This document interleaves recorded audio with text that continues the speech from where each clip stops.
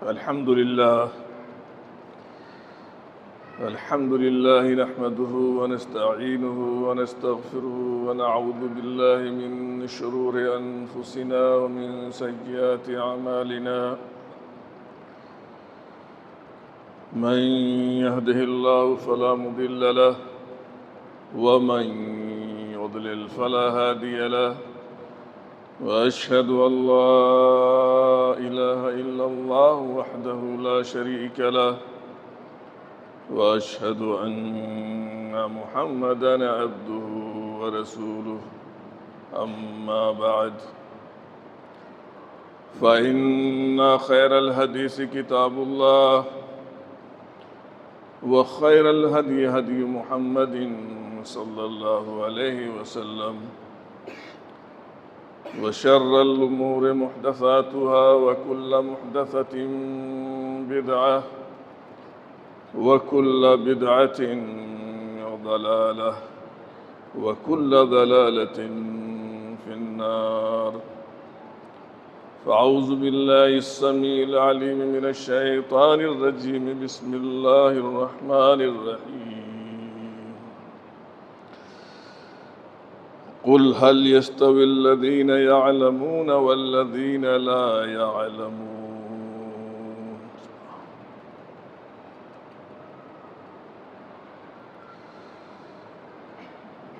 اسلامی و دینی بھائیو، محترم اساتذہ کرام، عزیز طلبہ اور ملت کی ماں اور بہنوں،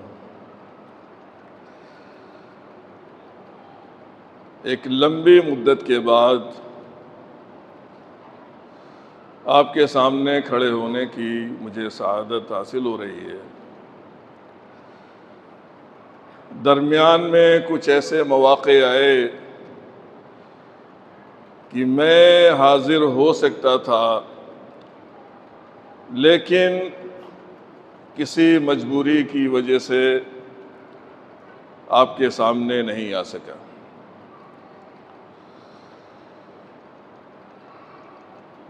ہمارے ہاں اس وقت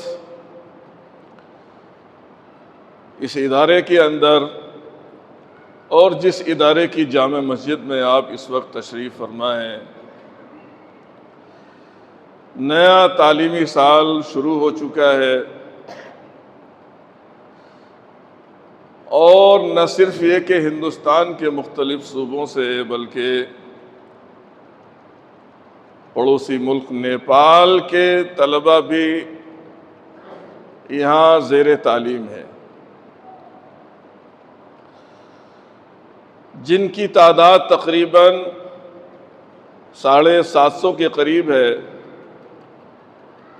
اور ان کے انتظام و انصرام کی دیکھ بھال کے لیے جو عملہ موجود ہے، جو اساتذہ پڑھانے والے موجود ہیں، تقریباً سب ملا کر 850 یا 850 کے قریب ہو جاتے ہیں۔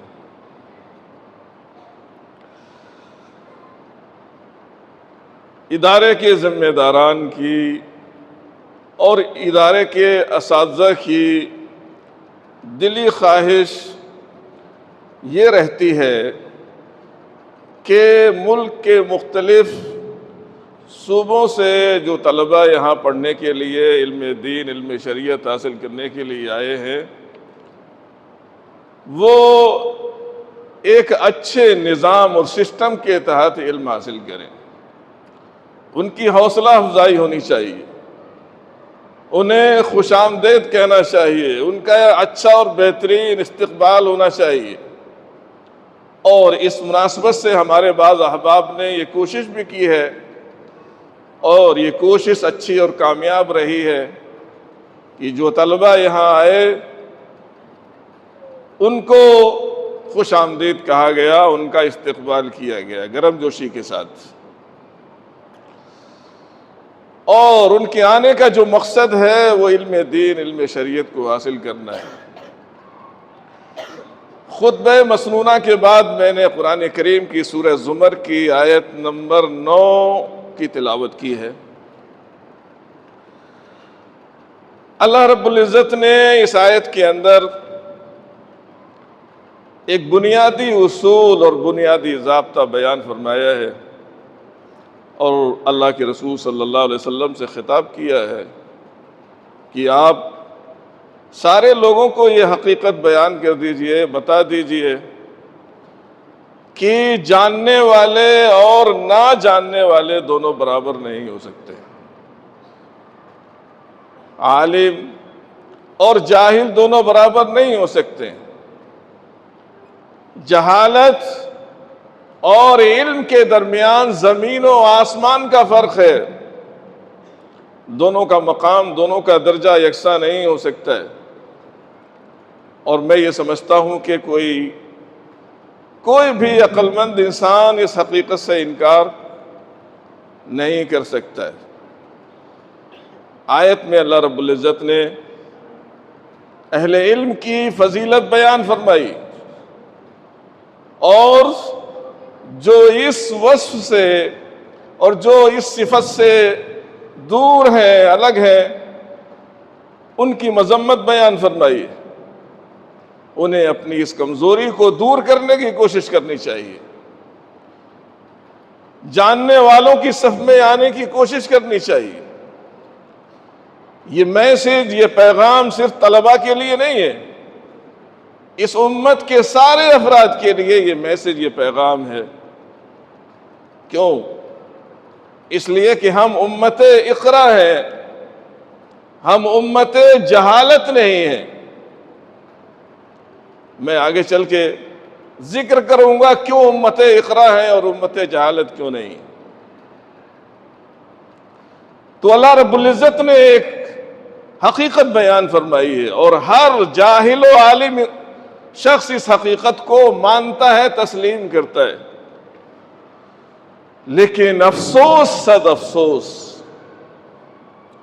کچھ علماء سو اس امت مسلمہ میں ایسے ہیں جو اس حقیقت کو سراسر جھٹلاتے ہیں، یا لوگوں کو ان کی جہالت سے نکلنے کا موقع فراہم کرنے کے لیے تیار نہیں ہے کہ اگر لوگوں کے درمیان علم کی روشنی آ گئی، کوئی بھی علم ہو، علم دین ہو، علم شریعت ہو، علم دنیا ہو، اگر لوگ پڑھ لکھ گئے تو ان کی جو جہالت پر مبنی باتیں ہیں، جو خرافاتیں ہیں، جو بدعات ہیں، وہ لوگ ماننے سے کیا کریں گے؟ انکار کر دیں گے۔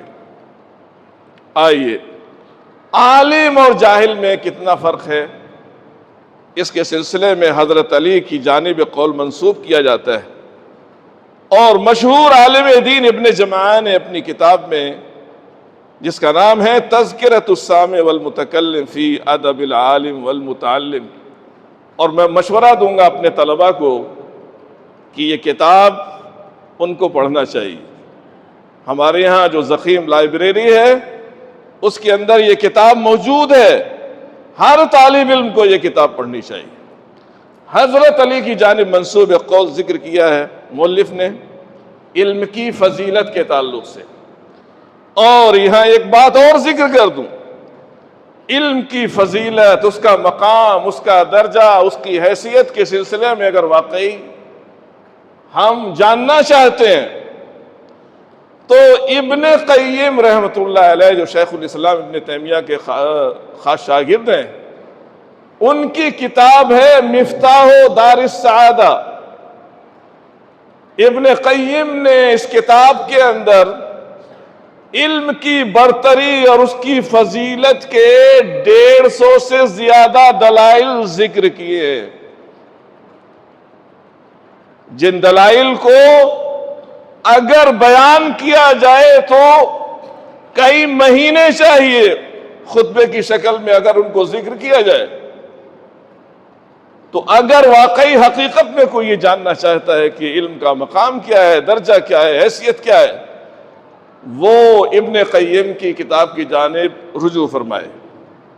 آئیے، حضرت علی کی جانب قول منسوب ہے، کہتے ہیں کفا بالعلم شرفا،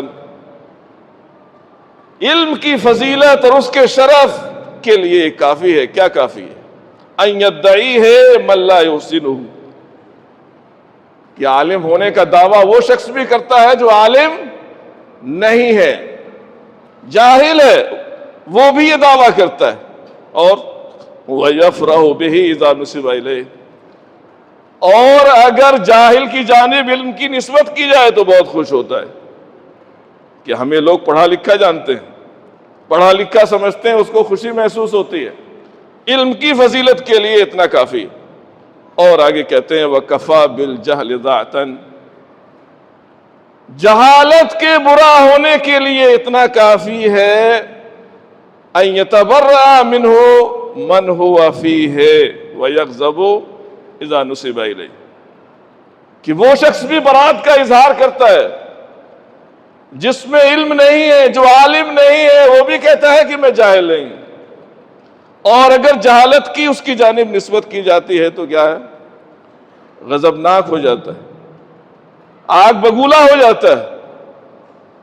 فرض کیجئے آپ اپنے گھر سے نکلے یا مسجد سے نکلے اور ابو جہل سے آپ کی ملاقات ہو جائے اور آپ اس سے کہہ دیں یا جاہل، تو کیا ہوگا؟ آگ بگولا ہو جائے گا. وہ بھی اس بات کو تسلیم نہیں کرے گا کہ اسے جاہل کہا جائے، جبکہ وہ جاہل ہی نہیں. کون ہے؟ ابو جہل جہالت کا باپ ہے، جس کا مطلب ہوتا ہے مہا جاہل ہے. اگر ایسا انسان ہے اور آپ اس کو جاہل کہہ دیں، وہ بھی اس بات کو گوارا نہیں کرے گا کہ میں جاہل ہوں. لیکن حیرت کی بات یہ ہے، افسوس کی بات یہ ہے، ہمارے سماج، ہمارے معاشرے میں، اس امت میں ایسے علماء سو ہیں جو اس امت کو جہالت سے نکلنے نہیں دینا چاہتے. ایک صاحب ہیں جن کے ایک لائن، ایک سطر میں القاب و آداب ذکر کیے جاتے ہیں. علامہ سے لقب شروع ہوتا ہے، ایک سطر میں ان کے القاب و آداب بیان کیے جاتے ہیں. معتبر ذریعے سے ایک صاحب نے یہ خبر دی ہے کہ کسی ہزاروں کے جلسے کو اور ہزاروں کی تعداد کو خطاب کرتے ہوئے یہ علامہ لوگوں سے کیا کہتا ہے، کیا سمجھانے کی کوشش کرتا ہے؟ کہتا ہے کہ اللہ رب العزت کا شکر ہے کہ تم لوگ جاہل ہو. آپ تصور کیجئے، اللہ رب العزت کا شکر ہے کہ تم لوگ جاہل ہو. جب سے دنیا قائم ہے اب تک اور جب تک دنیا رہے گی، میں تو یہ نہیں سمجھتا ہوں کہ جس کے اندر ذرہ برابر بھی عقل ہوگی وہ اس امت کی جہالت پر اللہ رب العزت کا شکریہ ادا کرے گا. ہو سکتا ہے اللہ رب العزت نے ادنا ذرہ برابر عقل و دماغ دیا ہے، وہ یہ کہہ سکتا ہے کہ اللہ تعالیٰ تو نے مجھے جاہل رکھا ہے، میرے لیے بہت شکر کی بات ہے، میں تیرا بہت احسان مند ہوں. کہہ سکتا ہے. آپ سوچئے اس عالم، اس علامہ کی فکر کو سوچئے. اور لوگ اسی بات پر اچھل اچھل کر نعرے لگاتے ہیں. کہتا ہے اللہ رب العزت کا شکر ہے کہ تم سارے لوگ جتنے بیٹھے ہو سب جاہل ہو. کیوں؟ کہا کہ اگر پڑھے لکھے ہوتے تو کیا ہوتا؟ پڑھے لکھے ہوتے تو سارے لوگ وہاں بھی ہو جاتے. اب سوچئے کیا دماغ ہے، کیا عقل ہے اور کیا علم ہے. قرآن کہتا ہے کہ عالم اور جاہل برابر نہیں ہو سکتے ہیں. جہالت کی مذمت بیان کرتا ہے قرآن. اللہ کے رسول صلی اللہ علیہ وسلم جہالت کی مذمت بیان کریں، قرآن بیان کرے، اللہ کے رسول کے صحابہ جہالت کی مذمت بیان فرمائیں، اور یہ علامہ کہتا ہے کہ اللہ رب العزت کا شکر ہے کہ تم سارے لوگ کیا ہے؟ جاہل ہو. آخر ہمیں بھی تو کچھ اللہ رب العزت نے عقل دی ہے، دماغ دیا ہے. گزارش یہ ہے کہ ایسے علماء سو سے آپ لوگ ہوشیار رہیے، ایسے لوگوں کے چنگل سے نکلنے کی کوشش کیجیے، اور حق تو یہ ہے کہ ایسے لوگوں کو اسٹیج ملنا ہی نہیں چاہیے، اور خطبے کا منبر بھی ایسے لوگوں کو نہیں ملنا چاہیے۔ لیکن یہ ہے کہ ہم تو ایسا کرنے پر قادر نہیں ہیں۔ اللہ رب العزت سے یہی دعا کر سکتے ہیں کہ اس امت کو جو اس طرح کے جاہلانہ نعروں پر اچھلتی ہے، کودتی ہے اور نعرے لگاتی ہے جاہلانہ باتوں پر، اللہ تعالیٰ اس کو صحیح سمجھ عطا فرمائے، اور ایسے علماء سو کو سخت سے سخت جو بھی ان کی سزا ہے دنیا میں بھی سزا عطا فرمائے، اور آخرت میں بھی ایسے لوگوں کو اس کی سزا دے۔ تو یہ حال ہے اس امت کے لوگوں کا۔ آخر میں نے جو لوگ ہمارے یہاں علم حاصل کرنے کے لیے آئے ہیں، ہم کیسے علم حاصل کریں گے؟ ہمارے لیے علم حاصل کرنے کے لیے اسوہ کون ہے، نمونہ کون ہے؟ اللہ کے رسول صلی اللہ علیہ وسلم کے بعد ہمارے لیے جو ہستیاں آئیڈیل ہے، نمونہ ہے علم حاصل کرنے کے لیے، اور انہوں نے علم حاصل کرنے کی راہ میں کتنی مشقتیں اٹھائی، کتنا صبر کیا ہے، کتنی پریشانیاں جھیلی ہیں۔ ہمارے لیے اگر جو ہستیاں آئیڈیل ہو سکتی ہیں، ان کو ہم صحابہ کے نام سے جانتے ہیں، اور میرے کئی خطبے موجود ہیں یوٹیوب پر، لیکن اس تعلق سے میں نے ابھی تک کوئی خطبہ نہیں دیا ہے جو آج کا خطبہ ہے، کہ صحابہ اکرام نے جو اللہ کے رسول صلی اللہ علیہ وسلم کی تربیت یافتہ تھے، جو ڈائریکٹ قرآن کو نازل ہوتے ہوئے سنتے تھے اور دیکھتے تھے، انہوں نے علم کیسے حاصل کیا ہے، اور اس علم کی کتنی قدر کی ہے، اس کو کیا مقام دیا ہے۔ آئیے میرے سامنے ایک حادثہ، ایک واقعہ ہے۔ خطیب بغدادی نے مشہور کتاب الرحلۃ فی طلب الحدیث، اس کے اندر ذکر کیا، ایک عنوان لکھا ہے، ذکر من رحل فی حدیث واحد من الصحابۃ الاکرمین۔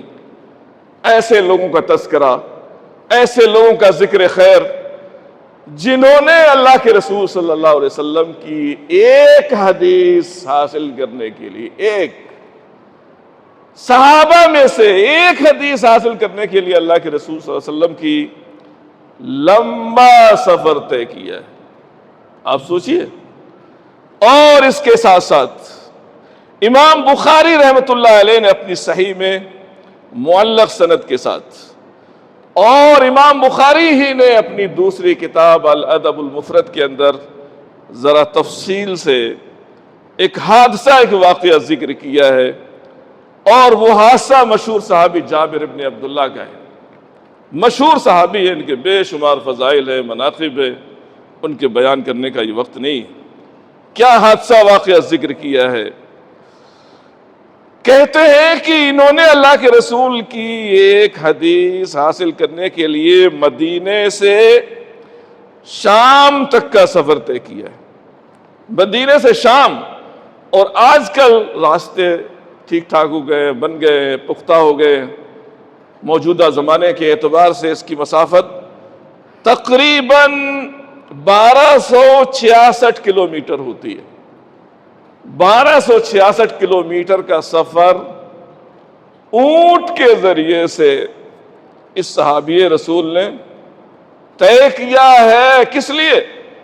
اللہ کے رسول صلی اللہ علیہ وسلم کی ایک حدیث کا علم حاصل کرنے کے لیے، ایک حدیث۔ آئیے واقعہ یہ ہے،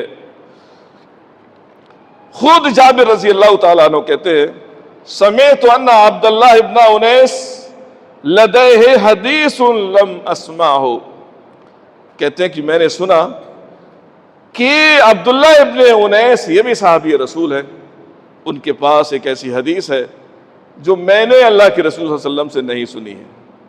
پھر کیا کرتے ہیں؟ سفر کے لیے تیار ہو جاتے ہیں، اور ایک دوسری روایت کے الفاظ میں ہے، اشتریت بعیرا ثم شددت رحلہ، اس کے لیے سفر کے لیے ایک اونٹ خریدتے ہیں، اور اونٹ پر اپنا سارا ساز و سامان لادتے ہیں، اور اس کے بعد فرحل من المدینۃ الی الشام شہرا، 1 مہینے کا سفر طے کر کے کیا ہے اونٹ پر سوار ہو کر شام پہنچتے ہیں۔ فلما دخل الی الشام سأل عن بیت عبداللہ ابن انیس، شام پہنچنے کے بعد عبداللہ ابن انیس کے گھر کے بارے میں معلومات حاصل کرتے، پوچھتے کہاں ہے، فدل علیہ، تو رہنمائی کی جاتی ہے کہ فلاں جگہ ان کا گھر ہے۔ فلما طرق الباب، تو جب انہوں نے ان کا دروازہ جا کر کھٹکھٹایا، خادم باہر نکل کے آیا، فقال له این عبداللہ ابن انیس، تو جابر رضی اللہ تعالیٰ عنہ نے خادم سے کہا کہ جن صحابی سے ملنے کے لیے آیا ہوں وہ کہاں ہے؟ فقال من انت، خادم نے کہا کہ آپ کون صاحب ہیں؟ لا یعرف لیس من اہل دمشق، خادم نے یہ سمجھا کہ کوئی اجنبی شخص ہے جو دمشق کا رہنے والا نہیں ہے۔ فقال انا جابر بن عبداللہ، تو صحابی نے اپنا تعارف کرایا کہ میرا نام جابر ابن عبداللہ ہے۔ خادم نے کہا صاحب رسول اللہ صلی اللہ علیہ وسلم، کیا آپ اللہ کے رسول کے صحابی ہیں جن کے بارے میں سنا جاتا ہے؟ قال نعم، کہا کہ ہاں۔ فذهب فاتاه عبداللہ ابن انیس، خادم گھر کے اندر گیا، بتلایا، عبداللہ ابن انیس نکل کے آئے، فعانقہ، اور گلے سے لگا لیا صحابی رسول کو۔ قال ثم قال اتیت الیک من المدینۃ، اور پھر صحابی نے جابر نے کہا کہ میں مدینے سے آیا ہوں۔ سمعت ان عندک حدیثا عن النبی صلی اللہ علیہ وسلم، میں نے سنا ہے کہ اللہ کے رسول صلی اللہ علیہ وسلم کی تمہارے پاس ایک حدیث ہے، صرف ایک۔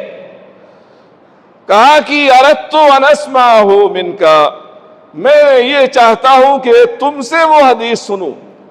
اگر ویسے تو وہ حدیث دوسرے لوگوں کے ذریعے سے ان تک پہنچ سکتی تھی اور پہنچی ہوگی، یا تابعین میں سے کسی کے ذریعے سے وہ حدیث ان تک پہنچی ہوگی، لیکن نہیں، چونکہ یہ حدیث صحابی نے اللہ کے رسول سے سنی ہے، لہذا صحابی ہی سے معلوم کرنا ہے۔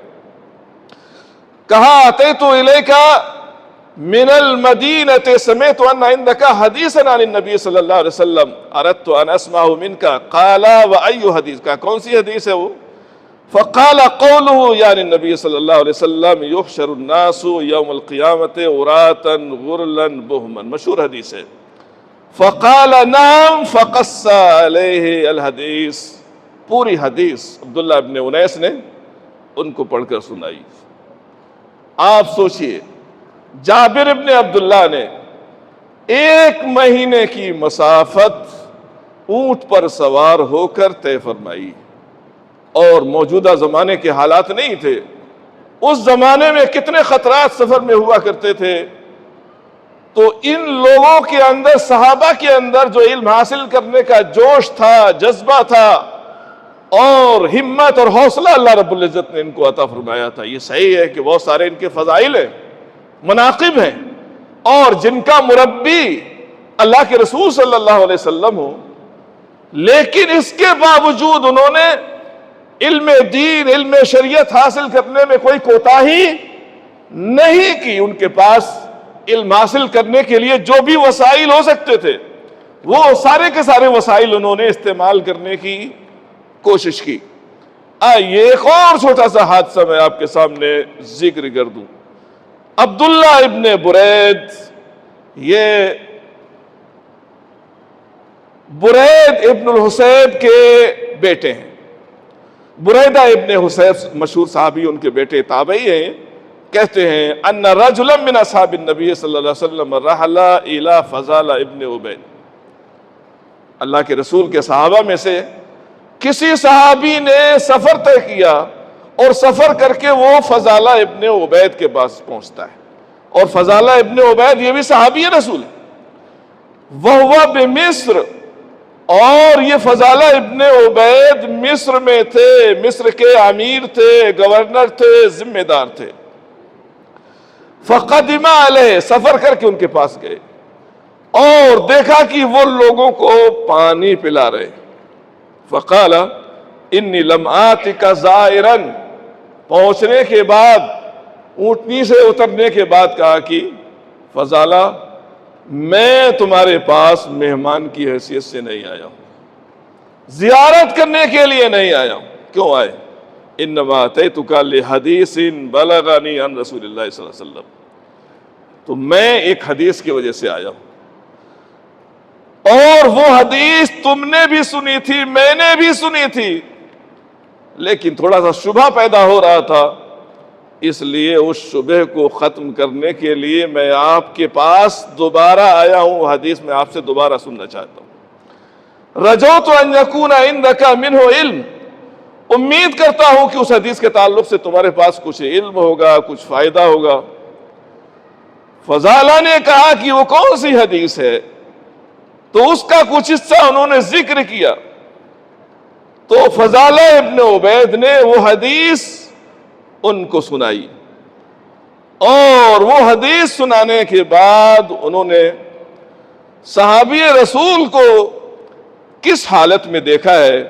کہتے ہیں فراہ شعیسن، فضالہ ابن عبید یہ مصر کے گورنر تھے، امیر تھے، لیکن ان کے بال پراگندہ تھے، بکھرے ہوئے تھے ان کے بال۔ فقال ما لی اراک شعیسا،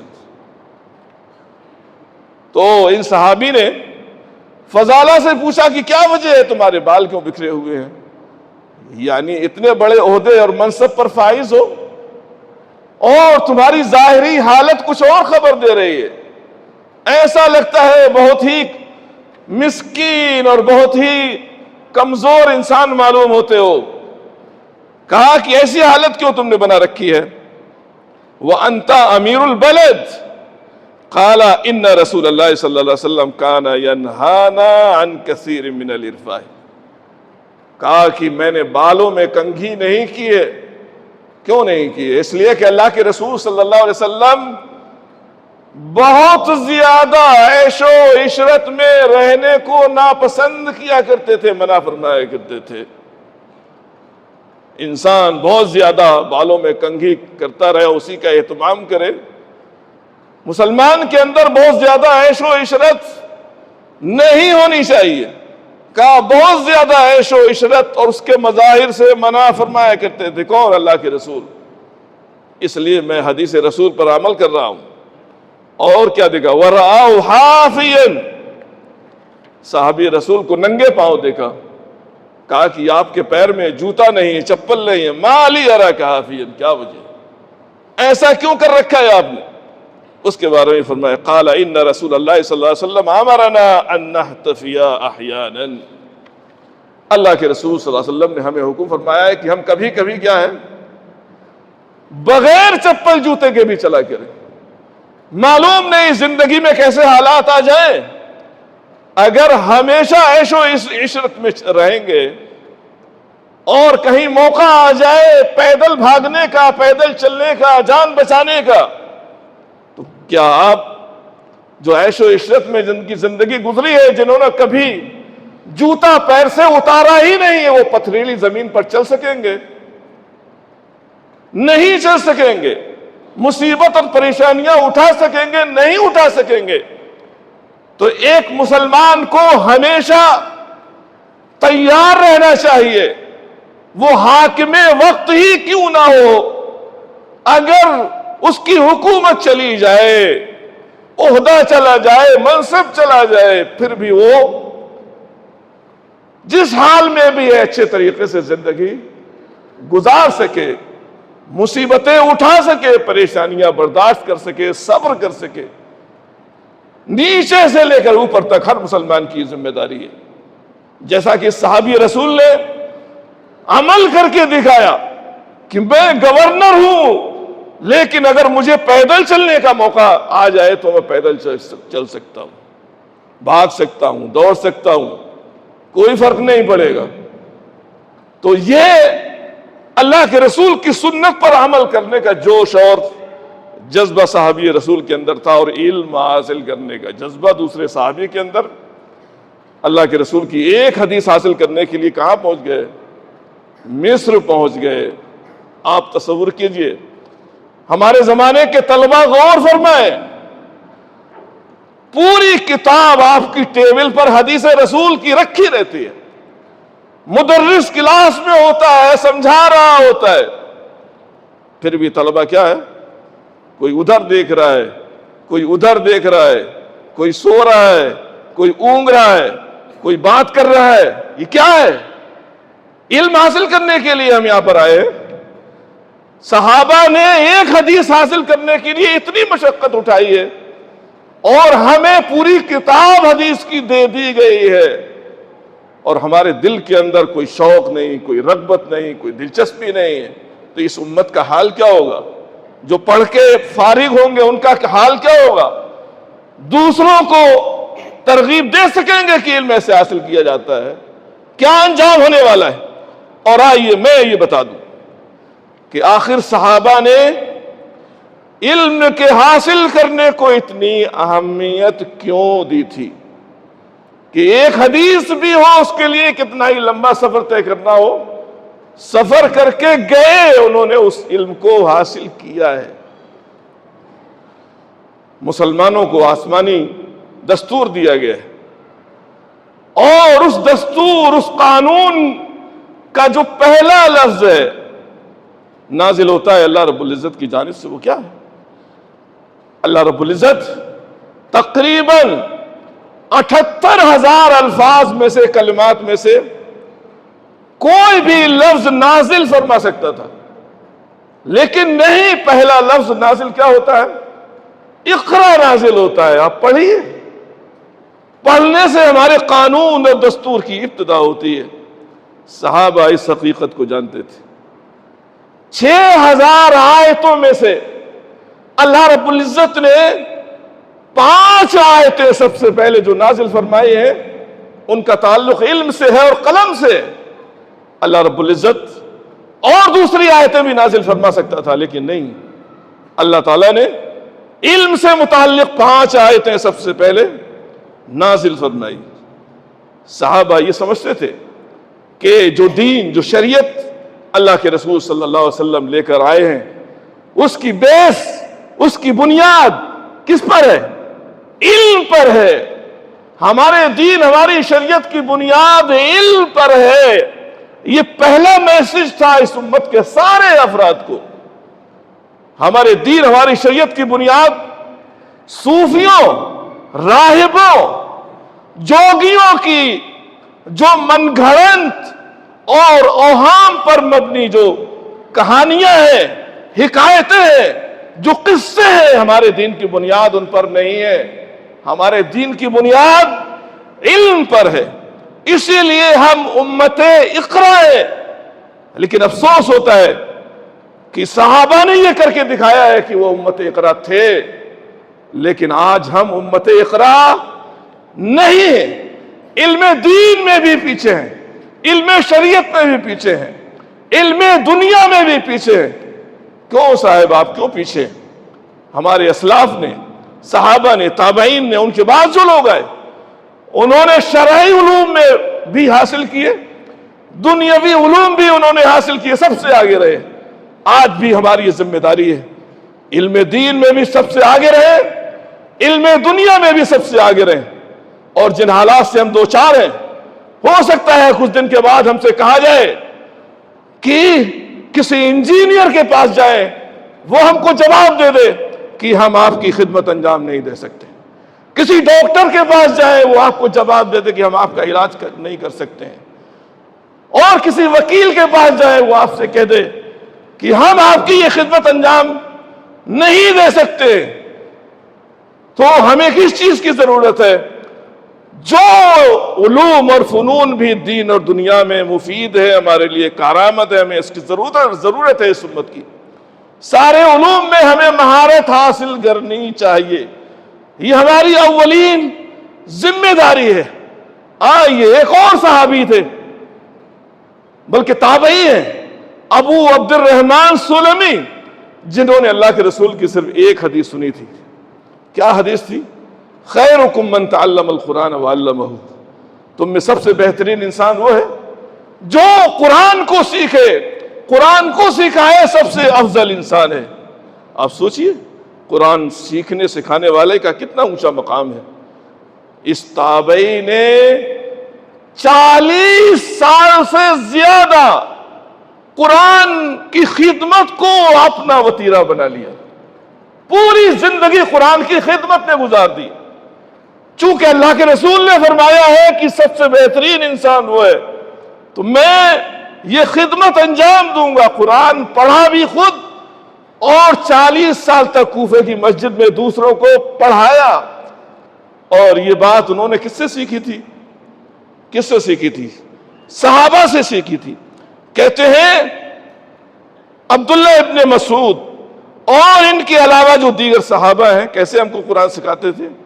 کہتے ہیں کانوا اذا تعلموا من النبی صلی اللہ علیہ وسلم 10 آیات، صحابہ اللہ کے رسول سے 10 آیتیں سیکھتے تھے، اور جب تک وہ 10 آیتیں یاد نہیں کر لیتے تھے، ان کو سمجھ نہیں لیتے تھے، ان پر عمل نہیں کر لیتے تھے، آگے نہیں بڑھتے تھے۔ پورا قرآن 10 آیتیں کر کے سمجھ لیا انہوں نے یہ سمجھا تھا کہ یہ قرآن چونکہ ہم امت اقرا ہے۔ اللہ رب العزت سے دعا ہے کہ اللہ رب العزت مسلمانوں کو امت اقرا بنائے، مسلمانوں کو صحیح سمجھ عطا فرمائے، دینی دنیاوی جتنے بھی علوم و فنون ہیں جن کی اس امت کو ضرورت ہے، اللہ رب العزت ہمیں ان میں مہارت حاصل کرنے کی توفیق عطا فرمائے۔ اور اس میں کوئی شبہ نہیں ہے، خوش آئند بات ہے، مسلمانوں میں کچھ بیداری آئی، پہلے سے پڑھنے کی جو نسبت ہے اس میں اضافہ ہوا ہے، لیکن ابھی یہ اتنی نسبت یا پرسنٹیج یہ اتنا کافی نہیں ہے، ہمیں اور کوشش کرنے کی اللہ تعالیٰ توفیق عطا فرمائے۔ وآخر دعوانا الحمدللہ رب العالمین۔